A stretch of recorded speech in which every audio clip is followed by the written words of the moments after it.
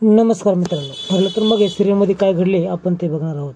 अर्जुन आणि सायली चर्चा करत असतात की उद्या आपण काही करून ज्या बाईला तुला विकलं त्या बाईकडे जाणं भाग राहील. आता हे सर्व दाराच्या पाठीमागून प्रिया ऐकत असते. ती सलग पटकन मैना आणि सदाकडे जाते. त्यांना पैशाची ऑफर करते आणि तुम्ही काही करून महिपत शिखराचं नाव घ्या असं बोलते.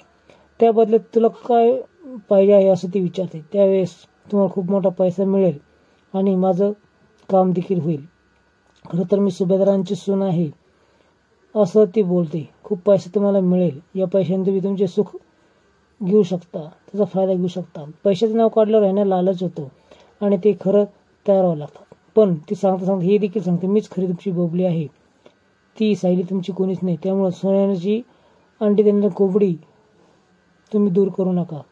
मैना, तू सोन्याची कोंबडी नाही तर सोन्याची खान आहेस, खान असं बोलते. प्रिया यांना पुढे पैसे करते. ते हपापल्याने पैसे घेतात. पैसे मोजण्यासाठी किती दिले हे बघण्यासाठी ते पैशाची ओढताओढ करू लागतात. आता मैना आणि सदा हे महिपत शिखरेचं नाव नेहमी घ्यायचं असं ठरवतात. त्यासाठी भरपूर पैसे तन्वी त्यांना देते आणि अजूनही मिळत राहतील असं बोलत राहते. आता तुम्हाला खूप विचित्र असा प्रकार या ठिकाणी बघायला मिळेल. पैसा भेटल्यानंतर त्यांनी खूप वेडसर चाळे केले. पैशासाठी आपापल्याने एकमेकांची ते पैसे घेऊ लागले. इकडे तन्वीनी सगळं अर्जुनचं प्लॅन फ्लॉप केला असतो, कारण तिने एक दिवस आधी जाऊनच सदा आणि मैदानाला भेट दिली असती आणि तो फोटो बदलणारा व्यक्ती महिपत आहे असं सांगा असं बोलतो. तसं दोघे आवरून खाली येतात आणि डायनिंग टेबल बसल्या त्याच वेळेस नाश्ता करताना प्रतिमा त्याचा फोन येतो. त्यावेळेस प्रतिमा बोलते की दरवेळेस दिवाळीनंतर आम्ही देवीला जात असतो, तसं यावेळेस जायला पाहिजे, सगळ्यांना आनंद वाटतो. याच्या आधीचा किस्सा अस्मिताचा ऐकून अर्जुन देखील हसतो. इकडून प्रतिमा बोलते की मला थोडं आठवलं आहे, दरवेळेसप्रमाणे मला देवीला जायचं आहे, त्यासाठी तुम्ही सायलीला माझ्याबरोबर पाठवताल का? मला तिच्यासाठी देखील प्रार्थना करायची आहे असं प्रतिमा ते बोलते. त्यावेळेस अर्जुन एकटा त्या बाईकडे जाणार असतो आणि सायली प्रतिमा बरोबर जाते. आता इकडे साक्षी खूप चिडचिड करत असते. सतत टेन्शन असं बोलत असते.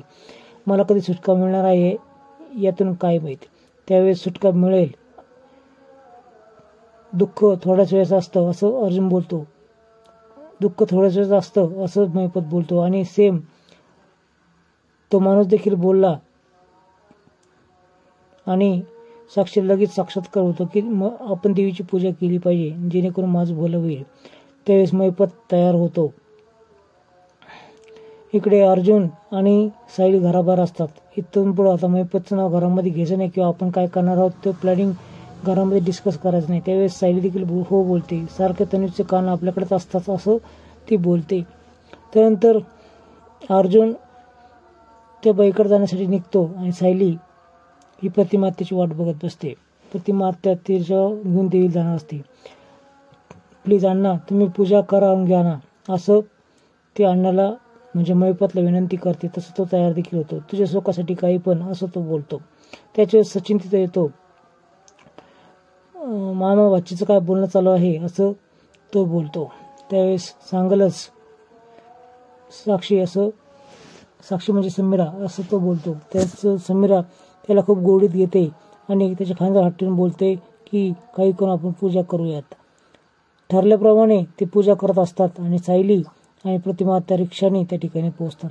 मंदिराच्या ठिकाणी ते लाईनीत उभा राहिले असतात. इकडे अर्जुन आला असतो आणि अर्जुन त्या बाईला विचारतो की मला काय माहिती पाहिजे आहे. त्यावेळेस आतमध्ये बसून बोलत असं तो बोलतो. महिपत इकडे पूजा करत असतो. या प्रतिमा आणि सायली लाईनीत उभा असतात. पण प्रतिमा त्याला माहीत नसतं की आतमध्ये महिपत आहे. पण पाठमोरा असल्यामुळं ती थोडा अंदाज लावते की तोच व्यक्ती असणार आहे म्हणून. इकडे त्या बाईकडं अर्जुन आलेला असतो. तो तन्वीच्या अंगावर काही खून होती का असं विचारतो. त्यावेळेस खूपच विचार केल्यानंतर ती बाई सांगते की तिच्या खांद्यावर खून आहे. इकडे सायली आणि प्रतिमात्या लाईनीमध्ये उभा असतात. त्यावेळेस प्रतिमात्या बोलते की तुझ्या आईवडिलांचा शोध लवकरात लवकर लागावा यासाठी देखील मी प्रार्थना करणार आहे, देवीपुढे आराधना करणार आहे. इकडं ती जी बाई असते ती तुम्हाला तिच्याकडं काय खून आहे ते माहीत नाही का? त्यावेळेस तिच्या डाव्या खांद्यावर जळालेली खून आहे असं बोलतो. पण अर्जुनला प्रश्न पडतो की तिच्यावर अशी कोणतीच खून नाही. इकडे पुढे काय होणार आहे तर प्रतिमा ही महिपतच्या समोर जाते आणि तू तू तू तू असं बोलत जाते. तू तू असं काय असं म्हटल्यानंतर तो पुन्हा आरती घेतो आणि तिच्या समोर घेतो. तिला साक्षात्कार होतो की हाच तो व्यक्ती आहे जो आपल्याला काठीने मारत होता. आता पुढचा भाग तर खूप रंजक असणार आहे आणि याच्यामध्ये कळणार आहे की नेमकं महिपतकडे बघून प्रतिमात्याला चक्कर आली की त्या जाळाकडे बघून. सायलीच्या डोक्यात तेच गणगण होत असते की आता काय नेमकं का असं झालं असेल. ते अर्जुनला कॉल करून बोलवणार की नाही बोलवणार, ते पुढचा शोध लागण्यास मदत होईल का हे आपण बघणार आहोत. व्हिडिओ पाहिल्याबद्दल धन्यवाद.